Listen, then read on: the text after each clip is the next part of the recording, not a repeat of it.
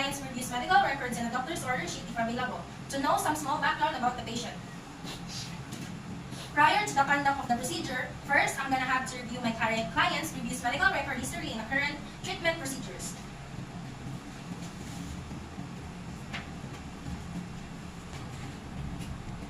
Next, determine the scope assessment needed. Prepare necessary equipment to conserve time and energy. Second would be to determine the scope of assessment, which is today include the anterior and posterior thorax and lungs using the IPTA or inspection, palpitation, precaution, and auscultation. And of course, prepare the necessary equipment needed such as skin marker, centimeter ruler, sterile gloves, and stethoscope. Next, perform hand washing. Don gloves if deemed necessary to protect my patient and myself from infection and cross-contamination.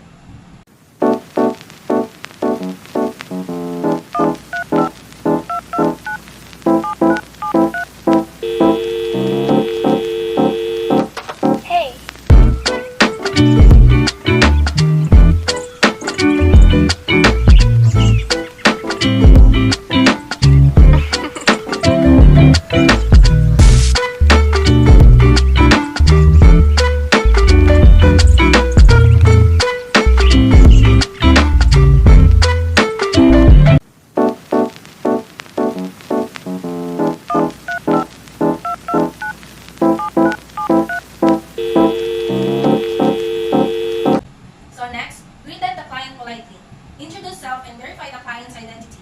Ask how the client would like to be called during the assessment. Establish rapport with the client. To have respect to the patient so that the patient will know who is the one who assesses them and to know if the client name and birthday is declined.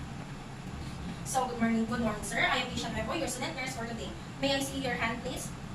Please state your name and birthday, please. Okay. Hold on. How would you like me to call you? Okay. Explain the procedure to the client and how he or she can participate during the assessment provided the client the opportunity to clarify, ask, or raise any concern so that the patient will know what will be conducted to them. Also, to address some questions or queries from the patient. Okay, hold on. Today, I'll be doing thorax assessment, which means I need you to stand up, to sit down, to take off your clothes, and of course, to palpitate or touch your upper extremities. Will be that alright to you? Okay, hold on. Do you have some questions or clarifications? Yes, so far. Next, ensure the client's comfort, privacy, and confidential assessment setting was assured to be secured. Secured from free from distraction, position client to be seated comfortably. In a woman, drop the anterior thorax when it is not being examined. So no one from outside will be able to disturb while we're doing the assessment, and all the information of the patient must be kept confidential. Okay, hold on. Will be that alright that the door is closed? Yes. And the room temperature, is it alright to you? Are you comfortable in it? Yes. So next, check for signs of respiratory distress or problems with oxygenation. Observe color of face, lips, chest, and fingernails to check some abnormal findings. Okay, let's begin. Holland, can you inhale and exhale for me, please? Again. May I see your fingernails? And your lips? Are you having difficulty in breathing? No. Or are you having chest pain? No. Okay. So next, palpated suprasternal notch and noted the position of the trachea. It helps in determining if the trachea is in normal midline position or not, as the dilated trachea can indicate lung pathology. So, can you turn your head to the left? Okay, to the right. Inspect configuration. While the client stands, the arms at the sides, look behind to the client and observe the position of scapulae and shape and the configuration of the chest wall to know if the scapula are symmetric and it is equal horizontal in position. Okay, hold on. Can you stand up? And can you take off your shirt for me? Okay, thank you. Okay, hold on. Is it okay to you that if I'm going to touch your chest? Yes. Okay. Okay, please turn around.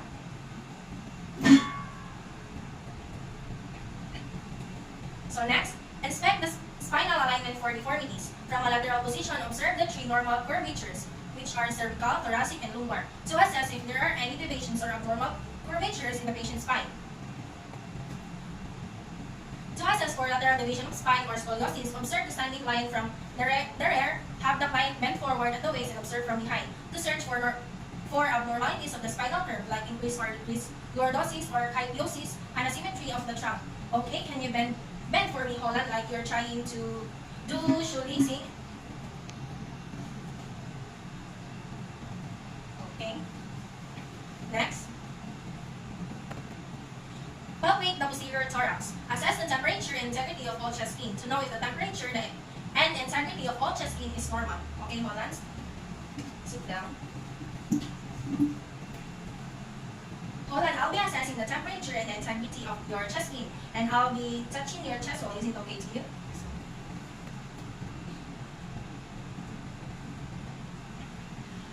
Palpated all thorax areas for bulges, tenderness, or abnormal movements, especially for clients who have respiratory complaints, to know some if there are some abnormal findings.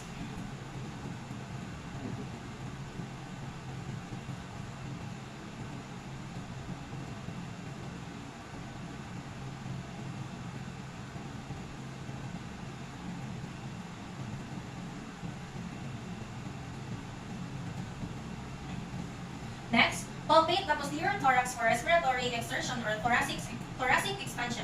Place the palms of both your hands over the lower thorax with your thumbs adjacent to the spine and your fingers stretched laterally to know if the chest expansion is full and symmetric or asymmetric.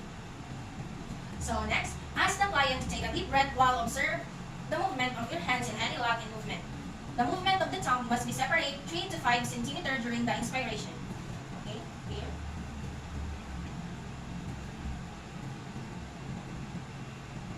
Can you inhale and exhale for me? Again. Again. Okay. Palpate the thorax for vocal fremitus. The faintly perceptible vibration place the palmar surface of the fingertips or the ulnar aspect of your hand or closed fist on the posterior thorax starting the near apex of the lungs. To know if the fremitus is normal or absent, ask the client to repeat such as word as blue moon or 1, 2, 3 to know if the patient feel that I touch them, then they should respond. Okay, hold on. I need you to say the words 1, 2, and 3 as I palpate your posterior thorax. Is that okay to you? Yeah. 1, 2, 3. 1, 2, 3. 1, 2, 3. 1, 2, 3. 1, 2, 3. 1, 2, 3. 1, 2, 3. 1, 2, 3. 1, 2, 3. 1, 2, 3. 1, 2, 3. 1, 2, 3. 1, 2, 3. 1, 2, 3. 1, 2, 3. 1, 2, 3. Repeat the 2 steps, moving your hand sequentially to the base of the lung. Start toward the midline at the level of the left scapula. Over the apex of the left lung, and move your hand left to right, comparing finding bilaterally. Move symmetrically downward and out to cover the lateral portions of the lungs and the bases. To recheck if the first palpitation is the same as the last palpitation and to have an accurate findings. Okay, hold on. Is it okay to you if I'll be repeating as what I assessed to you? Yes. Okay. 1, 2, 3. 1, 2, 3. 1, 2, 3. 1, 2, 3. 1, 2, 3. 1, 2, 3. 1, 2, 3. 1, 2, 3. 1, 2, 3. 1, 2, 3. 1, 2, 3. 1, 2, 3. 1, 2, 3. 1, 2, 3. 1, 2, 3. 1, 2, 3. 1, 2, 3. Okay. Next, compare the fremitus of the both lungs and between the apex and the base of each lung, using either one hand and moving it from one side of the client to the corresponding area on the other side, or using 2 hands that are placed simultaneously on the corresponding areas of each side of the thorax. To palpate and assess if there are abnormal findings. So next, percussing the posterior thorax. Ask the client to bend the head and fold the arms forward across the chest to assess the posterior thorax, and this is the best position in assessing it. Okay, hold on. Can you bend your head? And fold your arms forward across your chest. Like this. And bend your head. Okay. Percuss in the intercostal spaces about 5 cm or 2-inch intervals in a systematic sequence. Percussion notes resonate except over scapula. Hold on, I will be percussing your posterior thorax. Is it okay to you? Yes. Okay. Compare one side of the lung with the other. If there are some differences or they are the same.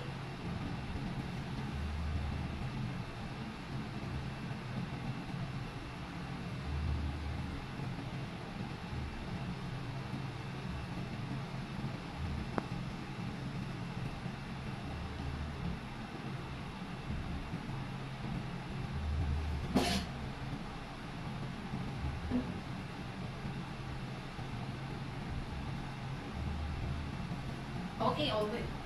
Percuss the lateral thorax every few inches starting at axilla and working down to the atrium to know if the posterior thorax is symmetry or asymmetry in percussion. So next, measuring During the diaphragmatic excursion,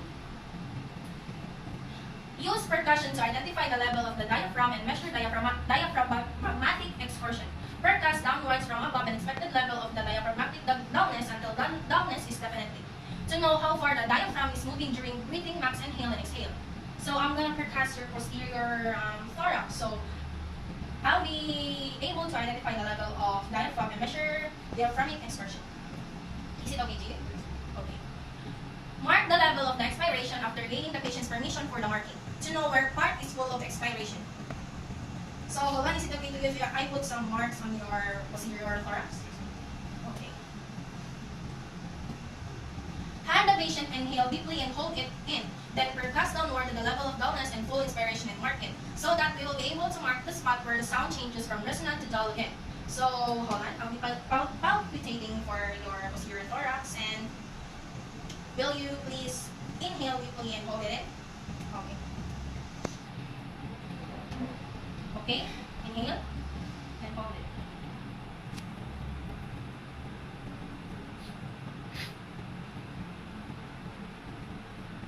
And exhale. Again, inhale.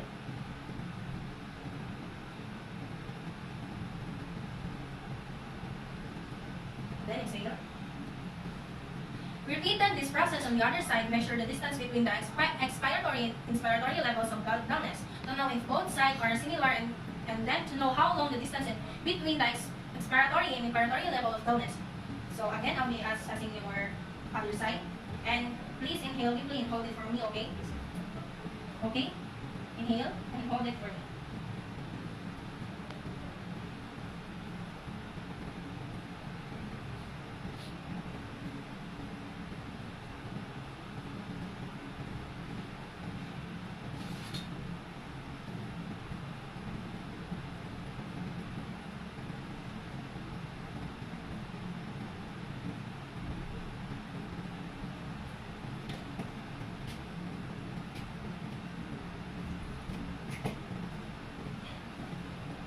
So next, auscultated for breath sounds.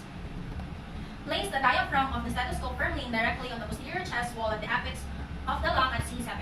That is the proper position if you want to hear the breathing of the patient. So hold on, I will be placing my stethoscope in your posterior chest wall. Is it okay to you?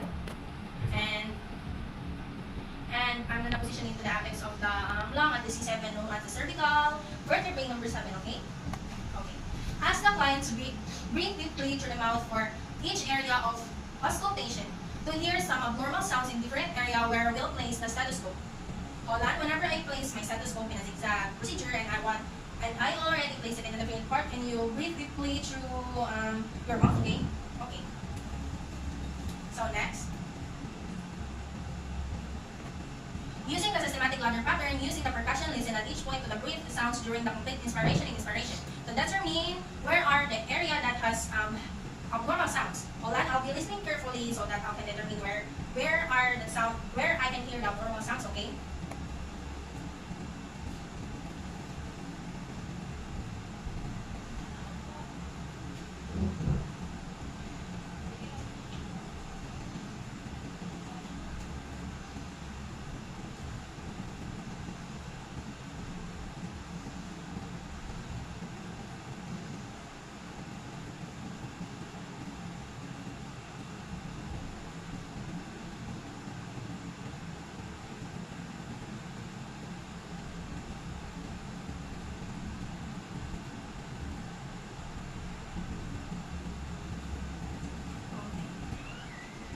Compare finding at each point with the corresponding point on the opposite side of the thorax. Note the location of the chest wall where the adventitious sounds are heard, as well as the locations such as sound within the respiratory cycle. To know if all the parts is normal or abnormal, note where is the part where there are adventitious sounds to add it in the findings. Okay, hold on. We're done assessing it, okay?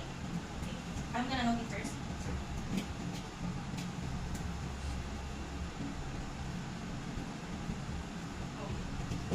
Auscultated voice sounds. Bronchophony. Ask the client to repeat the phrase 99 while auscultating the chest wall to know if there are some abnormal transmission of sounds from lung to bronchi.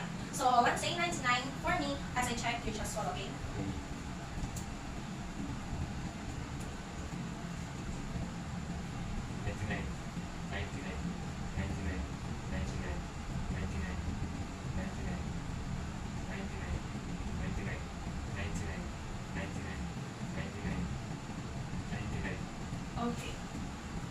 cacophony. Ask the client to repeat the letter E while listening over the chest wall.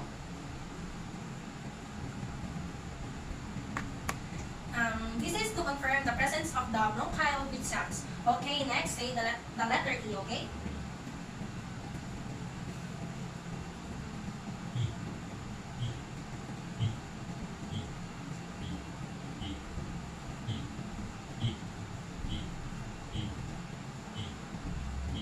Okay. So next, whispered spectrology. Ask the client to whisper the phrase 1, 2, 3 while auscultating the chest wall to evaluate the presence of the lung consolidation. Now, whisper 1, 2, 3, okay? Okay.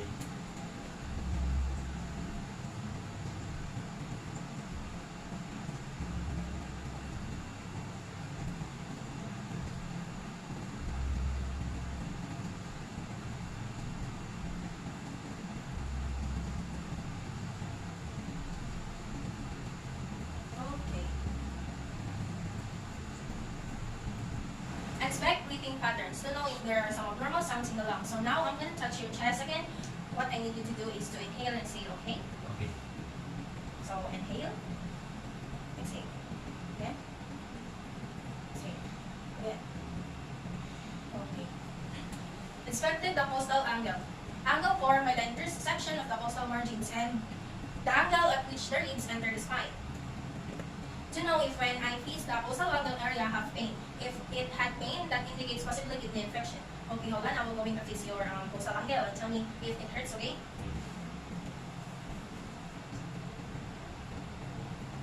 Hurts? No. Okay.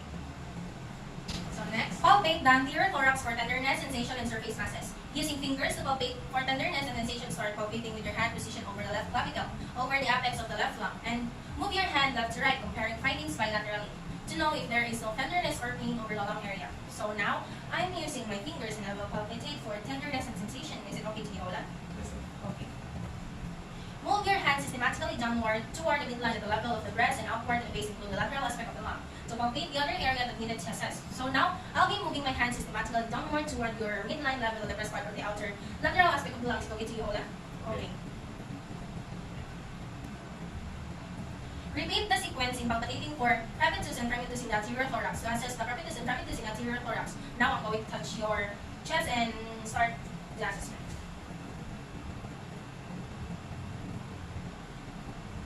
Next, palpate the anterior thorax for respiratory extortion. Place the palms of both your hands on the lower thorax with your fingers laterally along the lower rib cage and your thumbs along the costal margin. To palpate the lower thorax, lower rib cage, and costal margin. Ask the client to take a deep breath while you observe the movement of your hands to assess abnormal findings in the patient. So hold on, I'll be assessing you and I'm gonna put my palms over your rib cage, okay? So, inhale, exhale, inhale, exhale, again. Okay.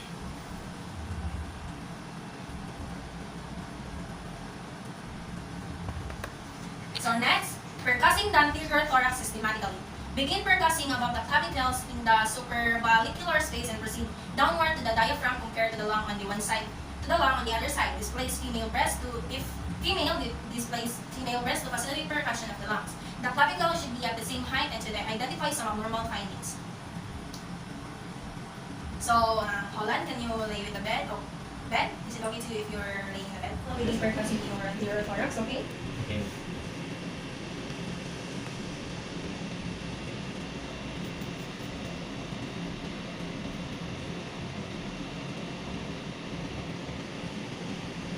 Okay. Please stand up. So next, articulated for anterior breath sounds, adventitious breath sounds, and voice sounds. Articulated the trachea to assess the airflow through the trachea bronchial tree. Articulate the anterior thorax to compare one side of the chest with the other in a systematic manner and detect any asymmetry. Place the diaphragm of the stethoscope firmly indirect on the anterior chest wall to assess dominant sounds that attempting to hear. Ask the client to breathe deeply through the mouth in an effort to avoid transmission of the sound that may occur with the nasal breathing, to assess the breathing airflow resistance of the patient.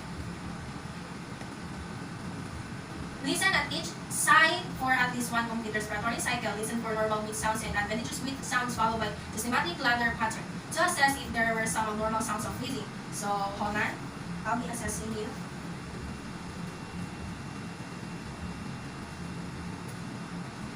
a deep breath from your mouth, okay?